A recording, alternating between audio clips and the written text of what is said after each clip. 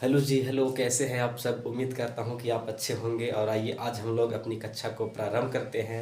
और प्रारंभ करने से पहले 1 से 2 मिनट में हमने अपनी जो पिछली कक्षा में जो हमने क्लास की थी, बातें की थी, उसका समराइज करते हैं। हम लोगों ने ये देखा था कि किस प्रकार यूरोप से आई हुई बहुत सारी कंपनियां और उन सभी कंपनियों को पराजित करते हुए ब्रिटिश कंपनी अपनी साम्राज्यवादी महत्वाकांक्षा की ओर बढ़ते गया। और अंततः यह हुआ कि एक समय जो भारत का जो क्षेत्रीय राजाएं थे, उन सबों को भी पराजित करने में सफल हुआ। और धीरे धीरे एक कर अपने स्ट्रेटजी के अनुसार ब्रिटिश कंपनी, जो कि मात्र एक व्यापारिक कंपनी थी, धीरे धीरे भारत के बड़े साम्राज्य का एक स्वामी बन बैठती है। तो उसी क्रम में हम लोगों ने सारी बातों को देख लिया था कि किस प्रकार भारत में आई, साम्राज्य विस्तार किया, प्रसार किया, स्थापना किया, उसका की पॉइंट मैंने दे दिया था। आज जो हम लोग चर्चा करेंगे, आज जो हमारी बातें होगी और आज जो हम लोग जानेंगे, वो जानेंगे कि जीत के पीछे ब्रिटिश का उद्देश्य क्या था। उद्देश्य तो ये सारी बातें हैं जो आपके पूरी क्लास के दौरान चलता रहेगा, लेकिन एक स्ट्रेटेजिक इसका जो उद्देश्य था, ऑब्जेक्टिव था, वो गोल था, वो क्या था। तो सबसे पहले तो जीत के क्रम में अगर हम देखते हैं तो दो तरह की मत आता है। एक मत है ए और एक मत है बी। और बेसिक तौर पर आप देखिएगा ब्रिटिश मत, तो ब्रिटिश मत ये कहते हैं कि जीत में ये अपना तर्क देते हैं कि हमारा तो कोई उद्देश्य था नहीं, कोई योजना था नहीं, ना ही मेरा उद्देश्य था और ना ही मेरा योजना था। महज यह एक संयोग था कि मुझे परिस्थितियों ने बार बार युद्ध में धकेला, और जो कि मेरे अंदर महत्वाकांक्षा था, हम अपनी महत्वाकांक्षा के अंतर्गत हम बार बार युद्ध के परिस्थितियों में जाते रहें और बार बार जीतते रहें। तो ऐसे धीरे धीरे ये भारत के पूरी साम्राज्य हमारे कदमों में, हमारे चरणों में आ गई। यानी हमारी कोई योजना नहीं थी या हमारा कोई उद्देश्य नहीं था कि हम भारत जैसे विशाल साम्राज्य में अपनी साम्राज्य निर्माण करें। हम तो बेखबरी के दौर में ही भारत को जीत लिए। ये तर्क किसका है? ब्रिटिशर्सों का है कि हमारा कोई उद्देश्य नहीं था, हमारी कोई योजना नहीं थी, हम तो बेखबरी के दौर में ही भारत को जीत लिए। महज हम एक व्यापारिक कंपनी थे, ये मेरा संयोग था, ये मेरी विलक्षणताएं थी कि हम भारत को जीतने में कामयाब हुए। और वो परिस्थितियां थी जो हम मुझे बार बार युद्ध में धकेला, और अंततः तो हम बार बार अपने योग्यता के अनुसार जीतते गए। और ऐसे ऐसे धीरे भारत का पूरी साम्राज्य हमारी कदमों, हमारी चरणों में आ पहुंची। लेकिन दूसरा मत क्या कहता है कि उद्देश्य नहीं, सुनियोजित था। यानी जो इसका उद्देश्य था ये सुनियोजित था। सुनियोजित का मतलब समझिए, बहुत ही अच्छे से ये गढ़ा हुआ एक जाल था। जैसे तर्क लोग देते हैं, ब्रिटिश जो मत है वो तर्क देता है कि मेरा कोई उद्देश्य ही नहीं था, लेकिन उद्देश्य ही नहीं बल्कि सुनियोजित उद्देश्य था। अदम बहुत ही अच्छे से गढ़ा हुआ उद्देश्य था कि हम भारत में अचानक अपनी डोमिनेंस स्थापित नहीं करेंगे। चरण बाई चरण, कदम बाई कदम हम अपनी साम्राज्य को स्थापित करेंगे। तो ये उद्देश्य ही नहीं बल्कि सुनियोजित था।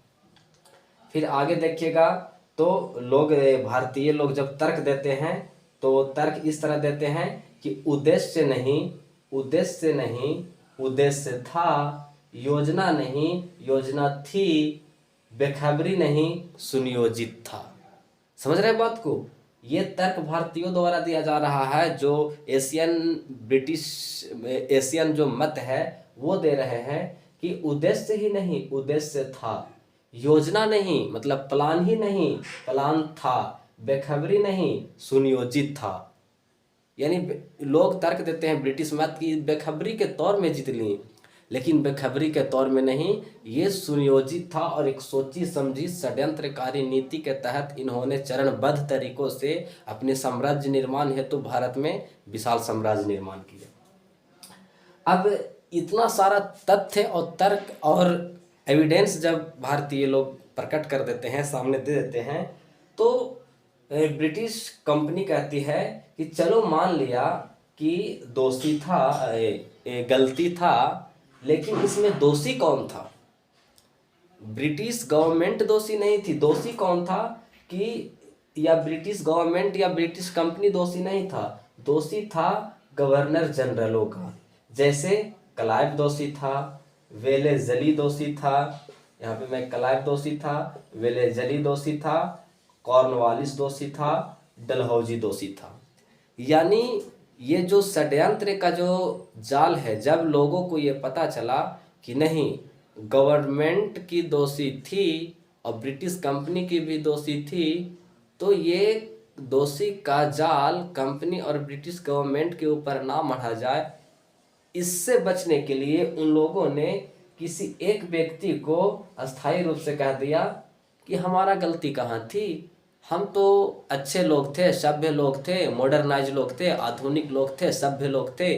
हम तो एकमात्र छोटी सी कंपनी थी और कंपनी के कुछ एक अधिकारी था जिन्होंने दमनकारी नीतियां चलाया, लोगों को दबाया और उसका गलती था, तो मैं मान लेता हूँ।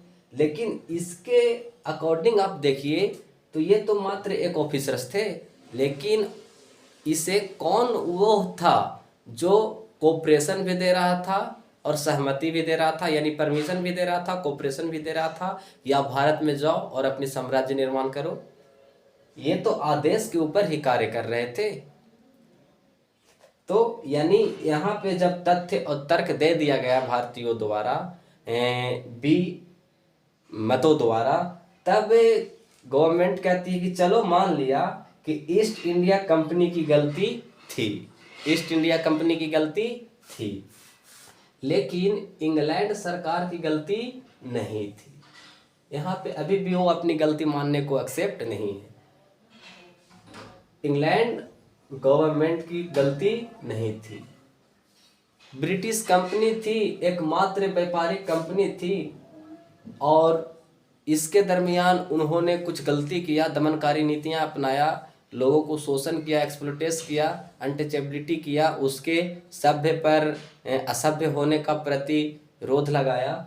लेकिन आप देखिए तो ब्रिटिश गवर्नमेंट तो गलत है ही नहीं, ये तो बहुत ही मानवीय है, आधुनिक है, लोकतांत्रिक है, आधुनिक सभ्यता वाला है, ह्यूमैनिटी है, समानता है, प्रगतिशील लोग हैं। अतः आप ब्रिटिश गवर्नमेंट को हीन भावना से नहीं देखिए, ये बहुत ही अच्छे लोग थे, जहाँ पे मानवीय, आधुनिक, लोकतांत्रिक, समानता, ह्यूमैनिटी के लिए अग्रसर विश्व में आगे रहे हैं। ये तर्क कौन दे रहे हैं? ब्रिटिश गवर्नमेंट दे रही है, ताकि उसके ऊपर कोई ये लांछन ना लगे कि ब्रिटिश गवर्नमेंट बर्बर है, असभ्य है, लोगों को दमन करता है। तो इस षड्यंत्रकारी और इस तरह के बदनाम से बचने के लिए ब्रिटिश गवर्नमेंट है जो ढेर सारी इतिहासकारों से पैसा खर्च करा कर ऐसी पुस्तकें लिखा रहा है कि बार बार इस बात पर जोर दिया जा रहा है कि ब्रिटिश गवर्नमेंट की गलती नहीं थी। तो इस सिस्टम को समझिए, यहीं से आपको पीटी और मेंस दोनों का प्रश्न बन जाते हैं। इसी के अंदर से कॉन्सेप्ट से की पॉइंट निकाल लेते हैं कमीशन वाले लोग और प्रश्न में गढ़ देते हैं। और यदि आपके अंदर कॉन्सेप्चुअल क्लैरिटी नहीं रहेगा किसी विषय पर, तो आप अच्छा से उसको आंसर कर ही नहीं सकते हैं। तो ये समझ गए, यानी ब्रिटिश गवर्नमेंट सारी जो गलतियां हैं वो ईस्ट इंडिया कंपनी के ऊपर मढ़ रही है, और ये तर्क दे रही है कि हम तो जो ब्रिटिश गवर्नमेंट है ये बहुत ही सभ्य, मानवीय और प्रगतिशील लोग हैं, आधुनिक हैं, लोकतंत्र हैं। लेकिन इसके अंतर्गत सारा तथ्य और तर्क दे दिया जाता है। तो ब्रिटिश गवर्नमेंट कहती है ठीक है, ब्रिटिश गवर्नमेंट ही दोषी थी, लेकिन इसका उद्देश्य क्या था? देखिए किस तरह से बचने का प्रयास है, इसका उद्देश्य क्या था। तो उद्देश्य में ये तर्क देते हैं कि जो हमारा उद्देश्य था वो बहुत ही सकारात्मक था। हम विश्व के लगभग देशों पर रूल कर रहे थे, और वह सारी देश जो था नैतिक रूप से, आर्थिक रूप से, इंफ्रास्ट्रक्चर के रूप से पिछड़ा हुआ था। तो ऐसे में हमारी जिम्मेवारी ये कंधे पर थी कि उस देश को हाथ पकड़कर बहुत दूर तक ले जाएं और उसे आधुनिकता से परिचित कराएं, और उसे मानवीय वातावरण में लाए और उसे सभ्य बनाए। ये तर्क कौन दे रहा है? ब्रिटिश गवर्नमेंट दे रही है कि हमारा ये उद्देश्य था, भारतीयों पर कोई रूल करना उद्देश्य नहीं था।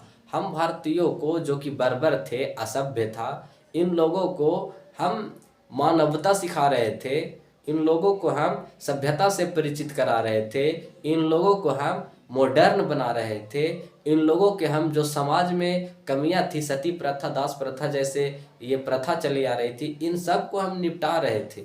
इसके इसी क्रम में कुछ रिफॉर्म ये लोग करेंगे, लेकिन वो रिफॉर्म भी जो करेंगे वो अपने लाभ के लिए करेंगे। इसे हम आगे देखने वाले हैं सबको। तो ब्रिटिश गवर्नमेंट ने सभी तर्क जब भारतीयों द्वारा पेश किया गया तो मान लिया कि ठीक है, ब्रिटिश गवर्नमेंट ही दोषी थी, लेकिन उद्देश्य क्या था? पॉजिटिविटी था। उद्देश्य में आप दो चार पॉइंट दिखा देंगे कि क्या दिखा दीजिएगा? आधुनिकता बनाना, सभ्य बनाना,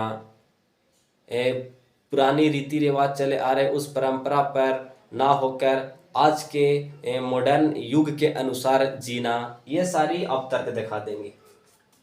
तो ये अपने बचाव में ब्रिटिश कंपनी पहले सोची कि कंपनी को बचा ले, तो कंपनी को बचाने के लिए ब्रिटिश जो यहाँ पे गवर्नर और गवर्नर जनरल आए, उसके माथे सारा बदनाम गढ़ दिया गया। फिर ब्रिटिश गवर्नमेंट खुद बचने के लिए ब्रिटिश कंपनी पे बदनाम गढ़ दिया गया। अब ब्रिटिश गवर्नमेंट क्या हुई, इसको भी लोग तर्क और तथ्य देकर ये सिद्ध कर दिए कि असल में ब्रिटिश गवर्नमेंट ही दोषी थी।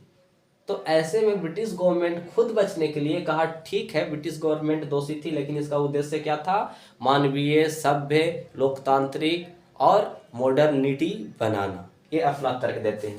लेकिन इसका एक उद्देश्य देखा जाए, एक और उद्देश्य देखा जाए इसी क्रम में, तो आपको पता चलेगा कि इसका जो मेन उद्देश्य था वो उद्देश्य था साम्राज्यवादी उद्देश्य। यानी ये भारत पे सिस्टम बाय सिस्टम एक एक कर ये भारत को अपना कॉलोनी बनाना चाहते थे, अपना उपनिवेश बनाना चाहते थे, साम्राज्य निर्माण करना चाहते थे बड़े पैमाने पर। और ये क्यों करना चाहते थे? ताकि उसे मनमर्जी का व्यापार मिले। क्या मिले? मनमर्जी का व्यापार। ये जब चाहे जब भारत से जितना चाहे उतना धन का निर्गमन कर सके। इसी के दरमियान देखिएगा तो आपको आगे मैं पढ़ाऊंगा कि ड्रेन ऑफ वेल्थ जो थ्योरी है, धन का निष्कासन, वो सामने आएगा। तो भारतीय लोग बहुत उनमें अवेयरनेस आएगा, जिससे फिर वो अंग्रेज का जो ये साम्राज्य है उस पर प्रश्न चिन्ह उठाना शुरू कर देंगे।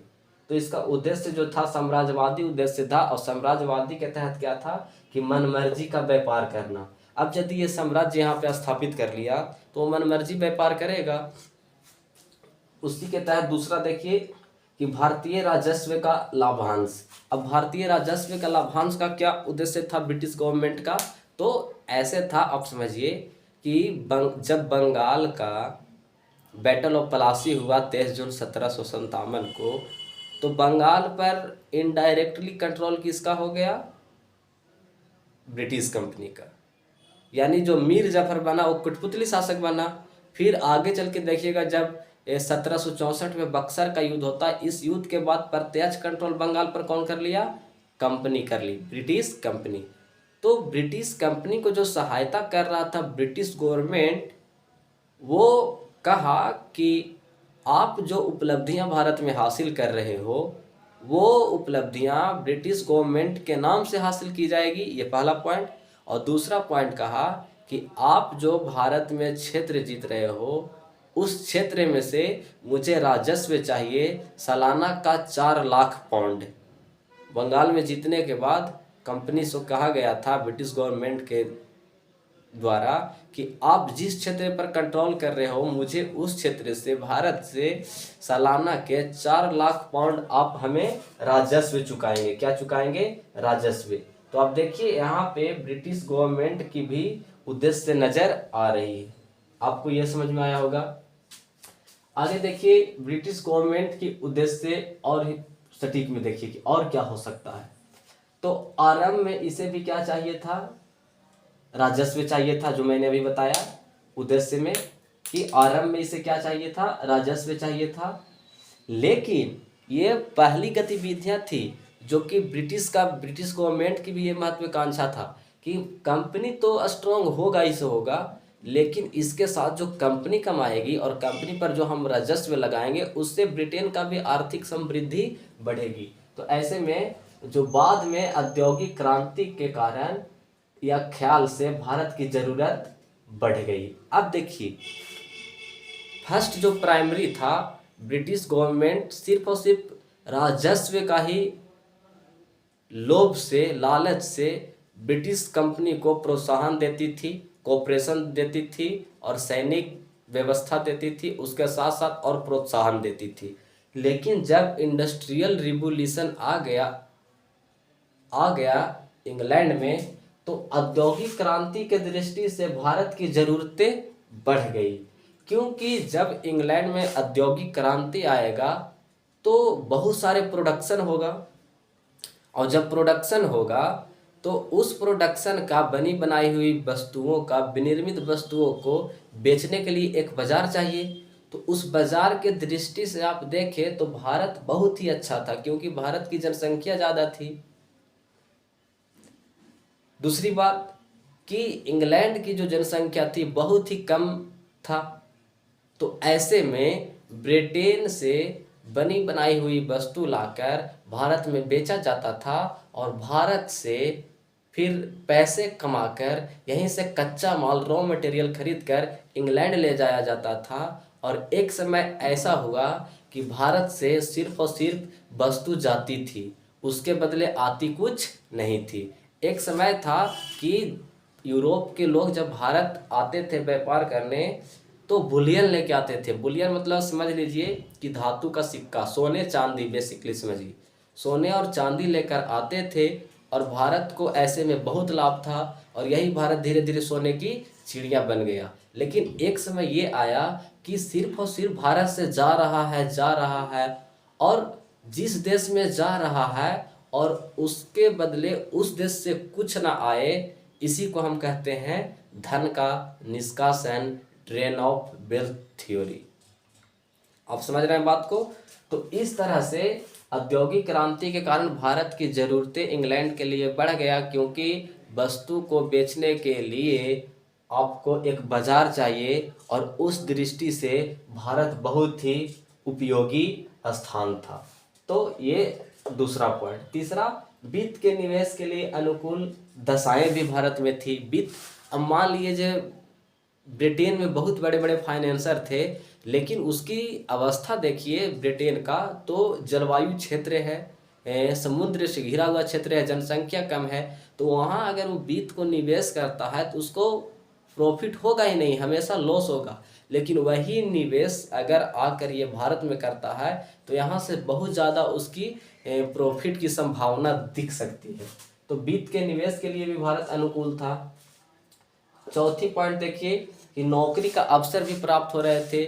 ब्रिटिश गवर्नमेंट को इस बात की भी चिंता थी कि जो हमारा देश है और जो हमारे देश का लोग मुझे शासक बनाए हैं, तो उस शासक को उस देश के जनता के प्रति महत्वाकांक्षाएं तो होती है ना, कि मुझे क्या करना है जनता के लिए। तो आप नौकरी का अवसर देंगे, आप उन्हें रोजगार देंगे, तो रोजगार के दृष्टि से भी ये बहुत ही अवसर था, और इंग्लैंड के बहुत सारे लोग आएंगे, सैनिक अधिकारी ज़्यादातर, और यहाँ अपना नौकरी का अवसर प्राप्त करेंगे। पांचवी बात देखिए तो सेना का उपयोग। भारत में जनसंख्या बहुत ज़्यादा थी, बेरोजगारी बहुत ज़्यादा थी, तो भारतीय सेना का भी उपयोग यहाँ पे मिल जा रहा था। तो ये सारी उद्देश्य है। छठा आप देखिए तो ईसाई धर्म और पश्चिमी सभ्यता संस्कृति का प्रसार के लिए भी भारत एक बहुत बड़ा अवसर था, क्योंकि वहाँ का जो धर्म था ईसाई, उसका प्रमोशन करना ब्रिटिश कंपनी के ही हाथ में था, और ब्रिटिश गवर्नमेंट को ब्रिटेन का जो धर्म गुरु थे वो इस बात के लिए बाध्य कर रहे थे कि आपकी जो साम्राज्य है भारत में, वहाँ पे ईसाई धर्म को भी प्रोमोट किया जाए। तो ऐसे में भारत में ईसाई धर्म और पश्चिमी सभ्यता संस्कृति का प्रसार भी देखने को मिला। तो इस तरह से इनका उद्देश्य था, जो बहुत ही जानना आवश्यक था हम लोगों को। अब आगे देखिए तो आपको पता चलेगा कि ब्रिटिश गवर्नमेंट ने साम्राज्य निर्माण में प्रसार किया, इसके पीछे उसकी भावनाएं क्या थी। मान लिया जाए हम गवर्नमेंट हैं और हम किसी देश पर रूल कर रहे हैं, और रूल ही नहीं करना बल्कि वहाँ अपनी साम्राज्य विस्तार कर रहे हैं, तो उसके पीछे वो कौन सा उद्देश्य था, वो कौन सी संभावनाएं थी।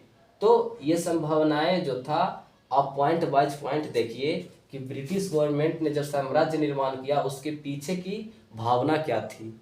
तो वहाँ पे भावना ये था कि पॉइंट नंबर फर्स्ट में देखिए, इंडस्ट्रियल क्लास का वहाँ पे वृद्धि हो रहा था, यानी औद्योगिक जो पूंजीपति लोग थे उन लोगों का तेजी गति से विकास हो रहा था। तो उनको बाजार चाहिए, वस्तु बेचने के लिए बाजार चाहिए, औद्योगिक कल कारखाने स्थापित करने के लिए एक जगह चाहिए जहां से आसानी से रॉ मटेरियल कच्चा माल की प्राप्ति हो जाए, और उस दृष्टि से भारत बहुत ही उपयोगी था। तो ऐसे में ब्रिटिश गवर्नमेंट पर यह दबाव था वहाँ के इंडस्ट्रियल क्लास के लोगों के द्वारा कि आप भारत के क्षेत्रों में अपनी साम्राज्य स्थापित हेतु हम लोगों को भी प्रमोट किया जाए। दूसरा है वित्त मालिक, यानी बड़े बड़े फाइनेंसर। तीसरा है रोजगार चाहिए, तो यहाँ के लोगों को रोजगार की भी प्राप्ति हो रही थी। चौथा है धर्म प्रचार एवं प्रसार, जब हम अपनी साम्राज्य की स्थापना करेंगे तो ऐसा भी तो हो सकता है कि धीरे धीरे हम अपने धर्म को भी प्रसार करेंगे ताकि हमारी जनसंख्या बढ़े, वर्ल्ड में हमारी पॉपुलेशन बढ़े। तो धर्म प्रचार का भी उद्देश्य था। यहाँ के युवाओं में राष्ट्रवादी भावना के तहत इन लोगों को भी इस बात की सहूलियत महसूस होती थी कि भारत जैसे विशाल साम्राज्य में हमारी शासन है।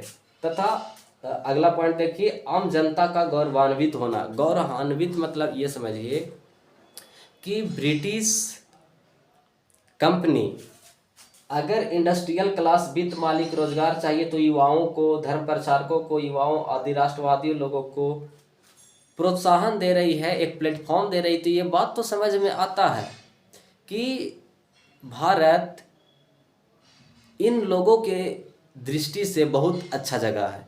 लेकिन वहाँ के जो आम जनता थे, यूरोप के आम जनता, खास करके इंग्लैंड के, उन लोगों के माइंड में वहाँ की गवर्नमेंट इस बात को बैठा दिया था कि आप समझते हो कि भारत जैसे महान देश में आपकी साम्राज्य है जो पूरब से पश्चिम तक लेके सूर्यास्त नहीं होता है, वैसे साम्राज्य के आप लोग हैं।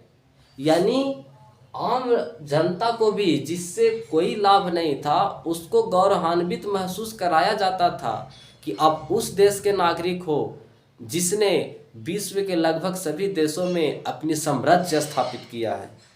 सूर्य अस्त नहीं होता है हमारे साम्राज्य में, और ये झुग्गियों में रहने वाले लोग थे जिसके घर में सूर्य की रोशनी भी झांकने नहीं आती थी। तो ऐसे में आप समझिए कि यहाँ के आम जनता भी प्राउड ऑफ महसूस करता था कि हम तो इतने बड़े साम्राज्य के लोग हैं, हमारा शासक जो है पूरे साम्राज्य स्थापित कर रखा है लगभग 20 के देशों में। तो आप इस चीज़ को समझिए। तो इसके पीछे इन लोगों का भी प्रेशर था जिसके कारण ब्रिटिश गवर्नमेंट भारत में अपनी साम्राज्य स्थापना करने में सफल हुआ। अब देखिए यहाँ पे आपको दिखाई दे रहा होगा, नहीं दिखाई दे रहा होगा तो मैं बोल रहा हूँ, इस बात को आप लोग गौर करें कि ब्रिटिश गवर्नमेंट ईस्ट इंडिया के माध्यम से साम्राज्य की स्थापना किया, इसका क्या प्रमाण है। इसके पहले भी मैं बता चुका हूँ लेकिन आप यहाँ समझिए। उसका प्रमाण ये है कि ब्रिटिश गवर्नमेंट ने एकाधिकार दिया, मोनोपोलिक, कि आप जाओ और भारत में व्यापार करो और धीरे धीरे अपनी साम्राज्यवादी महत्वाकांक्षा के तहत कुछ क्षेत्रों को जीतना शुरू करो। तो ये एकाधिकार हम आपको दे रहे हैं, आपके अलावे यूरोप के कोई भी कंपनियां आपके प्रतिस्पर्धी नहीं बनेंगी। दूसरी बात, सेना, प्रशासनिक विस्तार, विलय, युद्ध, वित्त, सैन्य सहयोग,